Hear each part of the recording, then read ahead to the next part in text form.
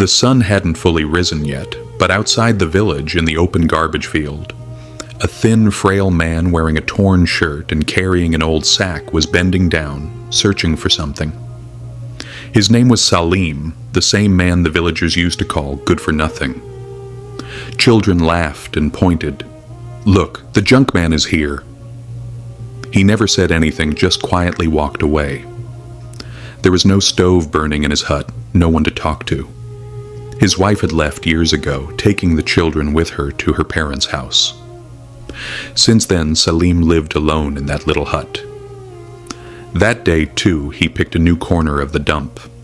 As he turned the soil with a stick, his eyes suddenly caught something strange. A sack, almost new, clean, no mud, no stains, thick ropes tied tightly around the top. "Who could have thrown this?" he murmured.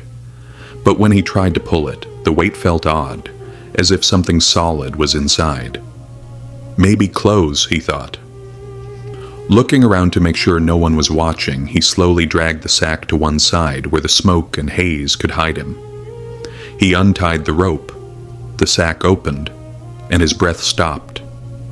Inside were bundles wrapped in plastic. With trembling hands, he opened one. Stacks of fresh 500 rupee notes. His eyes widened, dazed by the shine. He dropped to his knees, his fingers trembling as they touched the notes. "Is this real?" he whispered to himself. His heart was pounding, his hands shaking. He looked around again. No one in sight. After a few moments, he took a deep breath and made his decision. He tied the sack again, lifted it onto his back, and started walking toward his hut. Every sound on the road felt suspicious. The barking of dogs, the chatter of people, everything made his heart skip. As soon as he reached home, he shut the door from the inside. He placed the sack in the corner, covered it with a mat. His heart was thumping so loud it felt like it would burst out of his chest. He kept peeking through the cracks in the door. Was someone following him? When he was finally sure no one was around, he sat near the sack.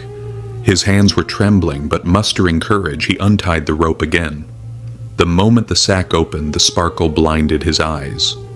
Bundles and bundles of crisp new notes.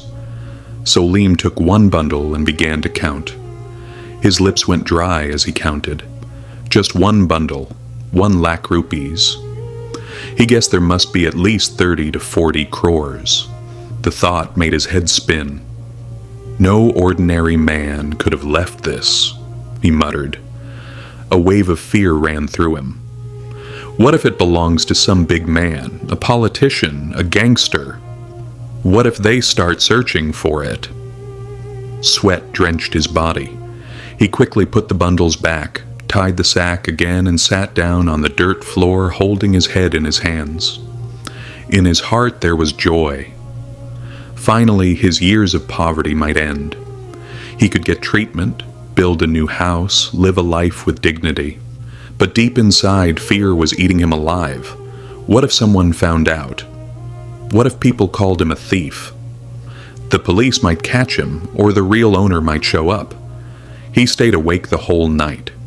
He consoled himself, saying, "If tomorrow I just take out one bundle and get treatment, who will ever know?" The doctor, for the first time, made him sit with respect, gave him medicine, and said the treatment is possible. After years, a real smile appeared on Salim's face. He understood this wealth is his test, not a blessing. The next day became a new morning for Salim. After years, he looked at himself carefully in the mirror. The face was weak, but now there was a spark of hope in his eyes. He thought, if I act wisely, I can change everything. First, he repaired his hut, took out some money from the sack, called some laborers and got the roof replaced. Within a few days, the bad smell and dampness of the house started to fade away. The people in the neighborhood were surprised. Hey, how did this scrap collector suddenly change like this? A few weeks later, he took the next step. On the main road of the village, he opened a small grocery shop. On the first day, he just kept lentils, rice, and salt. sat there himself at the counter, smiled, and greeted everyone who came in. At first people hesitated, but slowly they started coming. The shop began to run well. Sacks of flour, cans of oil, spices, soap. Everything started selling. During all that time, Salim stayed very cautious. The sudden wealth he had found was nothing less than a mystery, but he never showed it off. He knew if even a little bit of glitter appeared, people would start bombarding him with questions. So, from the outside, he still looked like that same simple shopkeeper who smiled and said, "What do you need, brother?" to every customer. But deep inside, he knew that in his old sack lay enough wealth to change not just his life, but many others too. Sometimes the old women from the neighborhood would say, "Salim Bhaiya, you've changed so much." He would just smile, but inside a sweet pride would rise. After all, who doesn't feel good when the world notices their change? Slowly, he expanded his business. A few months later, he took out a bit more money from that sack and started a small warehouse, bought an old truck for transporting goods, and now he wasn't just a seller, he'd become a supplier. In the village, people now started calling him Salim Lal, as if he were some big businessman. But amid all this progress, a fear still lived inside him.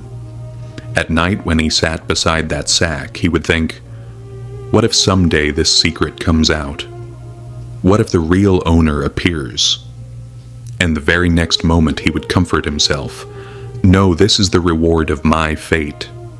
I have endured years of helplessness. This is the fruit of my patience. I have taken no one's right."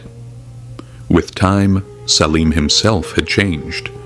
The man who once walked with his head down in crowds now walked straight, full of confidence. There was no hesitation in his voice anymore, only calm steadiness. During the day, he managed the shop. In the evening, he looked after the warehouse.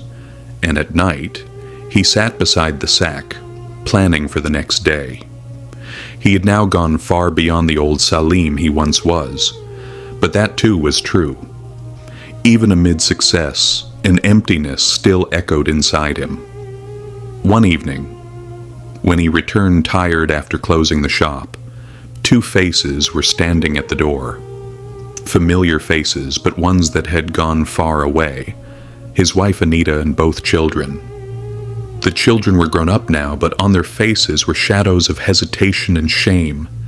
Anita's eyes were filled with tears. "Salim," she said softly, "we made a mistake. Circumstances forced us. Leaving you was not right." Salim's feet felt as if they had sunk into the ground. For a moment time stood still.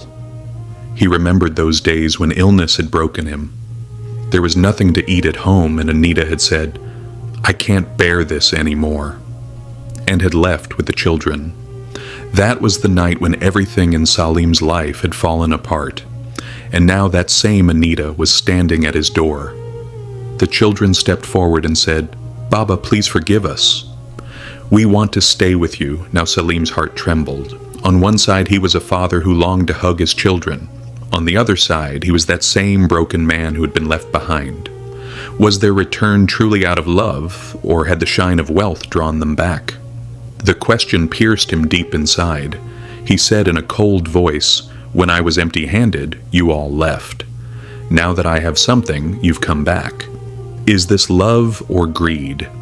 Tears streamed from Anita's eyes. "No, Salim, we truly regret it now. The children need your shadow." Salim lowered his gaze. Inside there was a storm like a volcano. He knew that sometimes forgiving is easy, but forgetting is not.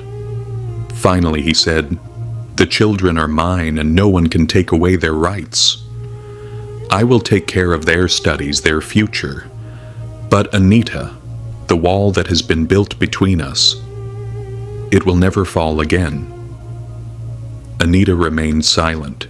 There was relief in the children's eyes. At least their father was once again a part of their lives.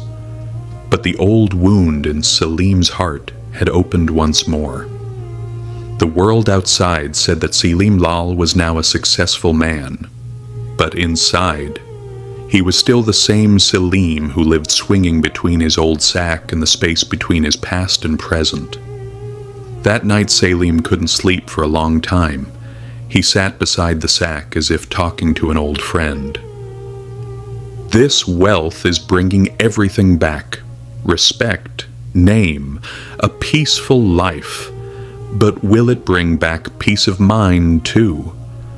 The question floated in the air, and in response there was only the silence of the walls. A few weeks passed. Salim's shop had now turned into a small empire. Goods moved out from the warehouse. Trucks came and went, and the villagers now called him Salim Bhai with respect. In the outer world everything was fine, but inside there was a weight that sat on his chest every night. He looked at that sack and consoled himself. Maybe some thief had thrown it away, or maybe fate had shown mercy on me. But it seemed fate too wanted to test his patience. One evening he was sitting in the courtyard sipping tea. Inside, the TV was on with the usual political nonsense, which he no longer paid attention to. But suddenly the anchor's voice rose sharply. Breaking news. There was a theft at the MLA's house. Salim's heart skipped a beat. The anchor was saying that a thief had stolen money from the MLA's house. When the police chased him, he had hidden the money somewhere, which still hasn't been found. The police are continuously trying to locate him. Salim's hands trembled. A flash of lightning struck his mind. The sack, that same sack. The anchor kept speaking. Hundreds of crores are still missing. The smaller bundles may never be found, but the investigation continues. That sentence kept echoing in his ears. The smaller bundles may never be found. It meant that maybe his sack was still safe. A cold wave ran through his veins. What if someone ever finds out? What if the police come to my door? That night he kept tossing and turning. Even at the shop the next morning, his mind was distracted. Customers kept talking and he gave absent-minded replies. His mind was only doing calculations. If I keep it hidden, I'll survive. But if the secret is exposed, everything will be over. That evening, when he returned home, he opened the sack again. The notes still shone the same way, but now that shine seemed terrifying. It felt as if those notes had eyes that were staring straight at him. Salim put the bundles back and said to himself, "This wealth can either save me or destroy me." From that day he made a vow, no more haste. He would take out a little money at a time, spend it slowly, so that no one would suspect. But inside his heart a new wound had already formed. Every time he counted the notes, his hands trembled. Still, life went on. During this time, one day, a man from a nearby village came to buy goods. With him was his sister, Saloni, simple and quiet. 2 years ago, she had lost her husband to illness, and now she was helping her brother with work. When Salim talked to her for the first time, he felt a strange peace. In Saloni's words, there was no show-off, no hidden meaning. She looked at Salim not as a businessman, but as a human being. Slowly, she began visiting the shop, sometimes with her brother, sometimes alone. Every time, there was a natural politeness in her tone that washed away the tiredness of Salim's day. One day, Saloni smiled and said, "You work very hard, Salimji." Everyone in the village respects you. Salim just smiled at that moment, but inside him an unknown feeling awakened. Maybe money can make a man safe, but someone's affection is what keeps him alive. When Saloni said with a gentle smile, "You are a man of great respect," something melted inside Salim. After so many years, someone had given him respect, and that too a beautiful woman. It was like a coolness settled in his chest. Slowly, a soft relationship began to grow between them. Saloni didn't just listen, she understood. When she learned about Salim's past, she didn't express pity. Instead, she looked into his eyes and said, "What's gone is just a test of time. What matters now is that you move forward." Those words lit a new lamp inside Salim's heart. A few months later, he made a decision. He would marry Saloni. As soon as this news spread in the village, people started talking in different ways. Some taunted, "The junk collector will now bring a new wife." And some laughed, saying, "At least, now this poor man's life finally has some light." Salim did not respond to anything. He knew that this marriage was not just about having a partner, but about giving himself a new life. The wedding was very simple. No band, no crowd of guests, just two witnesses, a few flowers, and the beginning of two hearts' new journey. After Saloni came, it was as if Salim's house began to breathe again. When Salim returned from his shop, tired and worn out, Saloni would open the door with a smile. That smile was neither expensive nor artificial. These small little things gave Salim a peace that no amount of wealth could buy. Still, when night deepened and Saloni fell asleep, Salim's mind would go back to that same sack. That sack would not let him rest.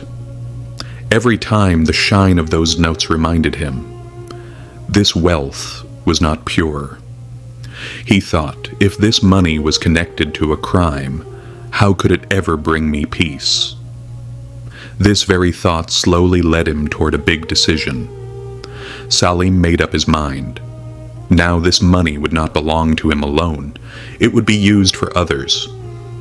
He remembered very well how poverty can strip away a person's dignity. Those taunts, that neglect, those days when the clinic worker looked down on him with contempt. All of that still lived in his memories, and then one morning he took the first step. The old mosque in the village leaked during the rain. Worshippers often had to go inside carrying umbrellas. Salim quietly started donating money. When the amount became sufficient, he put his name forward. The whole village was startled. The same Salim who used to pick garbage. Where did he get so much money? Some mocked him, some doubted him, saying maybe he won it in gambling. But as the mosque's walls began to rise, Salim's intentions became clearer. People saw that he was helping sincerely, not for show. Gradually, the criticism stopped, and the villagers began to address him respectfully as Salim Mian. The man whom society once rejected had now become its support. Salim took another big step in his life. This time he decided to invest not with money, but with his heart.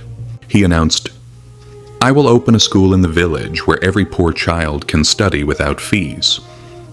At first, people thought it was just an emotional statement. But when the first brick of the Neem Foundation was laid, everyone understood. Salim was no longer just a businessman. He had become the village's leader. Saloni also stood by his side, shoulder to shoulder. A few young teachers agreed to teach for a small salary. Some called it a miracle. Others prayed, "May God keep such people safe." Salim invested the remaining money into more businesses, and slowly, he truly became a very wealthy man. Now he no longer needed that sack. His earnings were so great that he now ran businesses worth billions. Yet he always thanked Allah and continued helping the poor. He built a beautiful bungalow and a hotel in London for his first wife and children. His first wife, too, began living happily with her kids. If Salim's story makes you think about the true struggle between truth, repentance, and kindness, then give a like.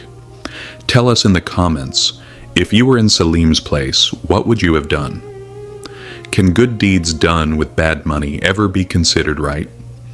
Your opinion means a lot to us. And yes, to watch more such heart-touching stories, subscribe to the channel and turn on the notification bell so that the next story reaches your mobile screen directly.